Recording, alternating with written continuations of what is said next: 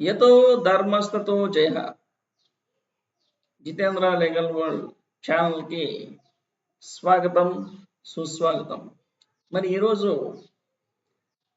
చెప్పబోయే టాపిక్ ఏంటంటే, రీసెంట్గా బార్ కౌన్సిల్ ఆఫ్ ఆంధ్రప్రదేశ్ వారు మరి ఎన్రోల్మెంట్ ప్రొసీజర్ గురించి ఒక సర్క్యులర్ జారీ చేయడం జరిగింది.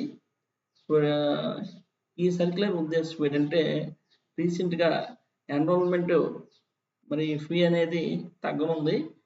మరి హానరబుల్ అపెక్స్ కోర్టు, సుప్రీంకోర్టు వారు ఇచ్చిన మరి తీర్పు ప్రకారము సంబంధిత ప్రతి బార్ కౌన్సిల్ వారు కూడా మరి ఎన్రోల్మెంట్ ఫీ తగ్గించవలసిందిగా మరి ఆ యొక్క కేస్ స్టడీ. మరి ఆ కేసు ఏంటంటే, Gaurav Kumar versus union of India and others ఆ కేసులో మరి తీర్పు ఇవ్వడం జరిగింది. మరి మరి state bar council of Andhra Pradesh వారు మరి జనరల్ అండ్ ఓబీసీ కేటగిరీకి మరి ఫీ అనేది ఏ విధంగా ఉంది, అలాగే schedule caste and schedule tribe వారికి ఏ విధంగా ఫీజు కేటాయించారు అనేది వీడియోలో తెలుసుకుందాం. Enrolment fee general and OBC category వారికి ఎన్రోల్మెంట్ ఫీ అనేది 600 రూపాయలు గాను, bar council of India collection fee 150 రూపాయలు గాను, అలానే దాంతోపాటు స్టాంప్ డ్యూటీ 500 రూపాయలు గాను నిర్ణయించడం జరిగింది. మొత్తం 1250 రూపాయలు పే చేయాలి కొత్తగా వచ్చిన జడ్జిమెంట్ ప్రకారం.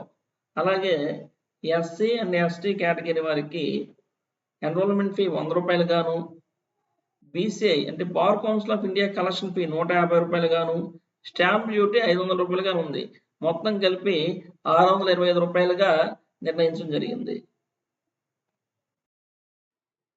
ఆంధ్రప్రదేశ్ స్టేట్ బార్ కౌన్సిల్లో ఈ ఎన్రోల్మెంట్ ప్రొసీజర్ సెప్టెంబర్ 9, 2024 నుండి స్టార్ట్ అవుతున్నాయండి, గమనించగలరు.